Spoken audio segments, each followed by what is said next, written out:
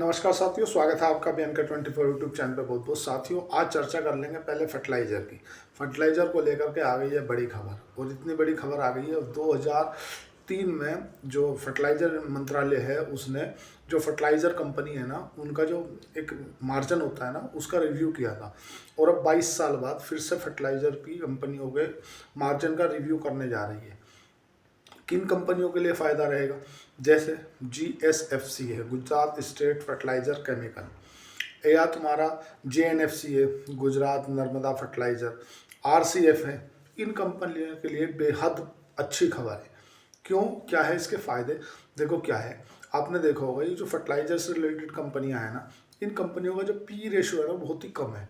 आपके मन में क्वेश्चन आता होगा कि जहाँ पे ये डिफेंस से रिलेटेड कंपनियां हैं, ये बहुत ही महंगी वैल्यूएशन पे है, लेकिन ये कम वैल्यूएशन पे है। कारण कि ऊपर ऊपर लगाया जाने वाला सरकार के द्वारा मार्जिन फिक्स है कि आप अगर 100 रुपये का प्रोडक्ट बेच रहे हो तो आपको 5 ही रुपये रखने हैं। ऐसा नहीं कि आप, क्योंकि फर्टिलाइजर के रेट बढ़ेंगे तो जाहिर सी बात है इसका इम्पैक्ट किसको देखने के लिए मिलेगा? किसानों को।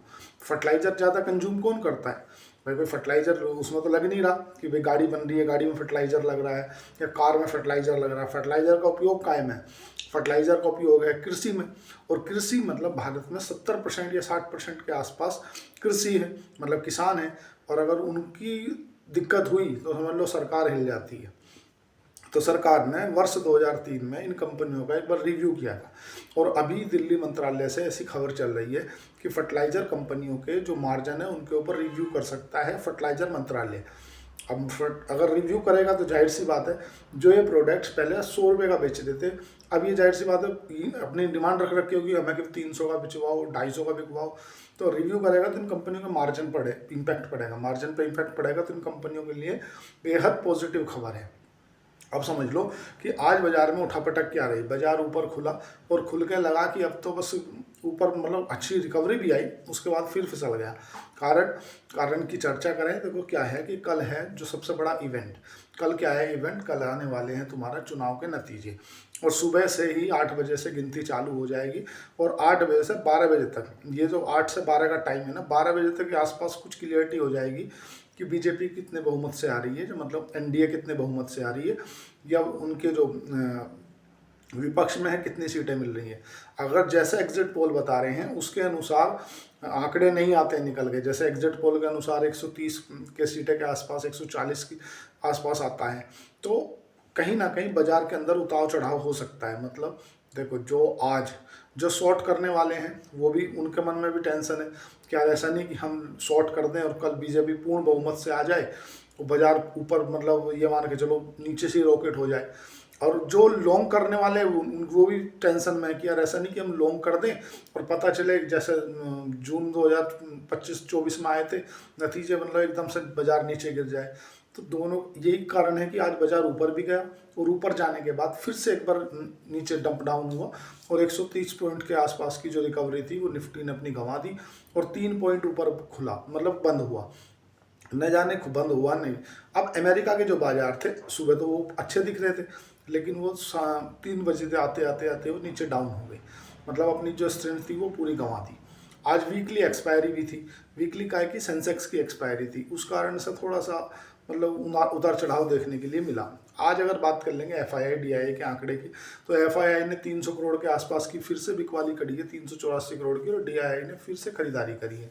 3091 करोड़ रुपए की DII के द्वारा खरीदारी देखने के लिए मिली है। बिटकॉइन ऊपर से काफ़ी टूट चुका है, 1,25,000 से गिरता गिरता 1,02,000 पे आ गया है। अगर बात कर लेंगे US डॉलर की, बास्केट ऑफ करेंसी में जो डॉलर है वो डॉलर हमारा 99 के आसपास बना हुआ है। डॉलर इंडेक्स के अगेंस्ट में अगर $1 इज इक्वल टू रुपये की बात करोगे तो 88 रुपये 73 पैसे पर डॉलर इंडेक्स है।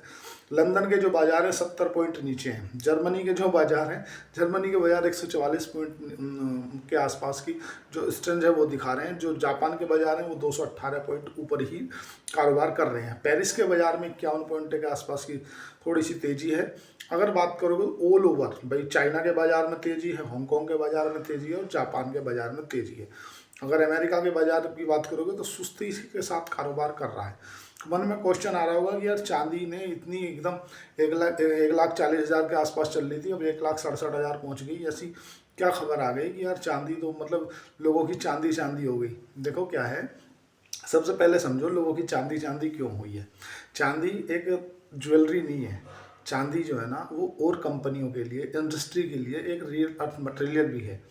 आपको जान का आश्चर्य होगा कि जब पिछली बार चांदी के जो रेट मिसमैच हुए थे ना, कि आपको जो MCX है, मल्टी कमोडिटी एक्सचेंज, उस पर मिल रही थी 1,70,000 और ओपन मार्केट में मिल रही थी 2 लाख। उसका कारण पता क्या था? उसका कारण ये था कि जितनी सप्लाई है ना, जितनी सप्लाई है उससे कई गुना ज़्यादा डिमांड बढ़ गई थी, जिस कारण से ये मिसमैच हुआ। अभी आपको देखने के लिए मिला कि सेबी ने एक सर्कुलर जारी किया और सेबी ने कहा है कि भाई जो आप गोल्ड खरीद रहे हैं ना किसी भी कंपनी का, तो आप वो सेबी के रेगुलेशन में नहीं आता। ऐसा क्यों बोला, आपने कभी सोचा? मैं बताऊंगा कैसे बोला। देखो क्या है, अगर हम रुपया भी यूज कर रहे हैं ना, तो उस जितना रुपया प्रिंट कर रही है ना भारत सरकार, उतना गोल्ड भारत सरकार के पास रखा है। मतलब क्या है कि जितना रुपया मार्केट में सर्कुलेट हो रहा है ना, उतना गोल्ड RBI के पास में रखा है। चाहे वो तुम्हारा यहाँ रखा हो, चाहे वो दूसरे देश में रखा हो सिक्योर के रूप में। तो सीधी सी बात है, जब हम कोई भी चांदी के या सोने का हम किसी भी मतलब अन्य किसी प्लेटफॉर्म से खरीद रहे हैं ना, तो उसके पीछे गोल्ड है या नहीं है, या वैसे ही कागज चालू को रखा है, इस बात को सर मतलब ऑडिट कौन करेगा? तो भाई यो एक फाइनेंस के डिपार्टमेंट में जो मेन आदमी है ना वो सेबी है। जो central security board of exchange है, उसका मेन काम है कि भाई किसी के साथ फ्रॉड ना हो, और अगर किसी ने अवैध तरीके से 2 नंबर से किसी का पैसा हड़प लिया है तो उसके लिए सेबी बैठी है। पर सेबी ने ये कह दिया कि भाई इसका हमारे है हिसाब किताब आता नहीं, और ना हमने इसकी कभी ऑडिट नहीं करी।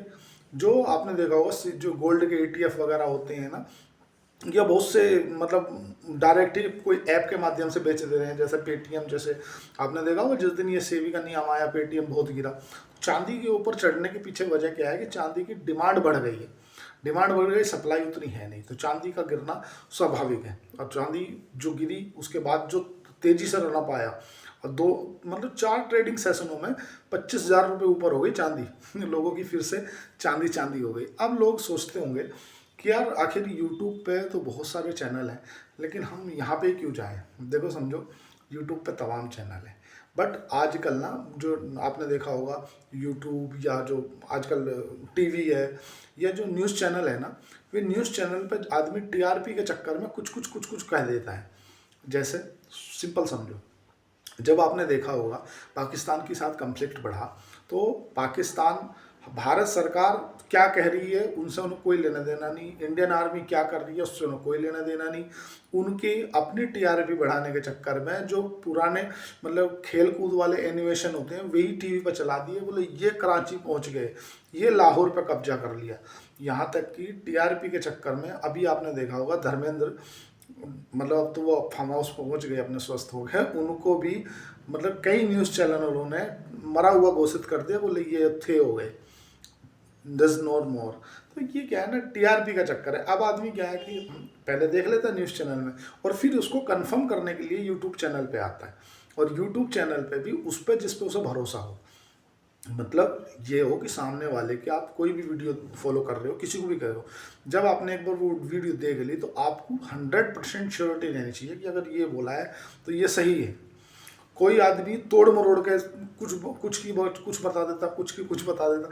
तो ऐसा बात पहली बार रहा। जैसे आपको देखने के लिए मिलेगा कल जब ये आंकड़े आने चालू होंगे ना, तो बहुत से तो मतलब उनका पता नहीं क्या खाते हैं, वो गला भी नहीं पड़ता, ये पाट डाला, चीड़ डाला, फलानी सरकार बन गई, ढिमकानी सरकार बन गई। इस तरह जो जेन्युइन चीज़ है, जो फैक्ट के साथ में है, आदमी को वो परोसनी चाहिए। मेरा क्वेश्चन आ रहा था, इतना कॉमन सा क्वेश्चन था, उनका कहना यह था कि PF क्या होता है या EPF क्या होता है। देखो क्या है साथियों, अगर PF की बात करोगे आप, तो जो गवर्नमेंट सर्वेंट है ना, जो गवर्नमेंट के एम्प्लॉय है ना, उनके लिए एक EPF होता है, एम्प्लॉय प्रोविडेंट फंड। और जो प्राइवेट है, मतलब गवर्नमेंट नहीं है, और कोई अगर कोई फर्म चला रहा है, कोई कंपनी चला रहा है और उसकी 20 एम्प्लॉय से ज़्यादा एम्प्लॉय है ना, तो उसका PF काटना एम्प्लॉय मतलब एक पर्सनली हो ही जाता है, उसको तो काटना ही काटना है। अगर वो नहीं काट रहा है तो वो कंप्लायंस के खिलाफ है। अगर बात करोगे, एक इसमें PF में एक आपका अकाउंट नंबर खुलता है जिसको आप बोलते हैं यूनिवर्सल अकाउंट नंबर। जैसे आपने पैन नंबर देखा होगा, में परमानेंट एड्रेस नंबर होता है, आप कहीं भी किसी भी कंपनी में जाओ पैन नंबर थोड़ी बदलता है। ऐसी ही जो यूनिवर्सल अकाउंट नंबर होता है, वो आप किसी भी कंपनी की स्विच करोगे ना, तो आपका PF एक जमा रहता है। कारण आपने 30 दिन, सपोज करो 30 साल नौकरी करी, आपने अगर 10,000 रुपये के हिसाब से भी जमा करें या 1,000 के हिसाब से जमा करें, तो 1,000, 30 साल नौकरी करी तो 30 साल का मतलब हो गया 12 या 36, 360 महीने हो गए, और 360 इज इक्वल टू 1,000, तो 3,60,000 आपके जमा हो गए, और प्लस उस पर जो ब्याज है, वो जो जर्नली ब्याज है उससे ज़्यादा ब्याज मिलता है। तो कुछ कुल मिला के, जैसे सबसे बढ़िया अभी आज के दौर को देखा जो एनपीएस है, एनपीएस मतलब नेशनल पेंशन स्कीम, इसमें जो ब्याज है ना वो 9 से 10% के आसपास मिलता है। और आप सपोज करो ना गवर्नमेंट एम्प्लॉय हो, ना आप किसी कंपनी में काम करते हो, लेकिन आप अगर रिटायर हो गए, या मतलब 60 साल के बाद, ऐसा तो नहीं कि आप काम नहीं करते हो कि बुढ़े नहीं हो गए, बुढ़े हो जाओगे तो आपको एक जो सफिशेंट अमाउंट है वो पेंशन के रूप में मिलता रहे। लोग बाग इसीलिए एनपीएस जैसी स्कीम में निवेश करते हैं। और पीएफ तो उनका कट ही जाता है, जो मतलब प्राइवेट एम्प्लॉय है और आप किसी संस्थान में काम करते हैं और वो 20 कर्मचारी से ज़्यादा है, तो वो अपने आप ही कंपनी काटेगी, क्योंकि पीएफ काटना आपका नहीं है, वो आपकी कंपनी का काम है। और अगर बात करोगे एनपीएस की, तो एनपीएस तो सभी का है भाई, जो मैन आदमी है, बुजुर्ग है, कोई भी उसमें निवेश कर सकता है। ईपीएफ केवल उन्हीं का होता है जो एम्प्लॉय होता है गवर्नमेंट का, कि यार उसको इस हिसाब से मिल जाता है। इसको पीएफ निकालने के कुछ क्राइटेरिया होते हैं कि भाई आपको बच्चे की एजुकेशन है, या अपने को मतलब इस टाइप से इमरजेंसी आ गई, ऐसा नहीं है कि आपके सैलरी का पैसा है, उसको भी बहुत थोड़े से क्राइटेरिया वगैरह फॉलो करने पड़ते हैं। तो ये होता है। आज के लिए इतना ही। चैनल को लाइक करें, सब्सक्राइब करें, कमेंट करें। अगर किसी चीज़ पर क्वेरी पूछनी है तो कमेंट बॉक्स में जा करके आप कमेंट कर सकते हैं। आज के लिए इतना ही। चैनल को लाइक करें। अब कल देखने के लिए मिलेगा क्या होता है। कल काफ़ी उतार चढ़ाव देखने के लिए मिलेगा। कि अगर नतीजे आ गए ख़राब तो बाज़ार गिर जाएगा, नतीजे आएंगे अच्छे तो बाज़ार चढ़ भी जाएगा। पता चले सुबह एग्जिट पोल के हिसाब से कुछ और है, नतीजे जो रुझान आ रहे हैं वो कुछ और आ रहे हैं, तो बाज़ार एकदम से जितना ऊपर चढ़ा उतना नीचे भी आएगा। और अगर तुम्हें लगा कि यार नतीजे बढ़िया आ गए, मतलब जो एक्सपेक्ट कर रहे थे ना उसी एक्सपेक्ट के अनुसार आ गए, तो बाजार वहीं से सुर, तो कल ना देखा जाएगा क्या होगा। बहुत कुछ उतार चढ़ाव देखने के लिए मिलेगा कल बाजार में। कोशिश हो गए रहें, बहुत ही ऐसी पोजीशन रखें कि भाई जिसे आप संभाल पाएँ, बिना वित्तीय सलाहकार के शेयर मार्केट में ना आए, क्योंकि ये दोधारी तलवार है, आगे भी चलती है पीछे भी चलती है, नुकसान कर लेगी। आज के लिए इतना ही। धन्यवाद। Thank you.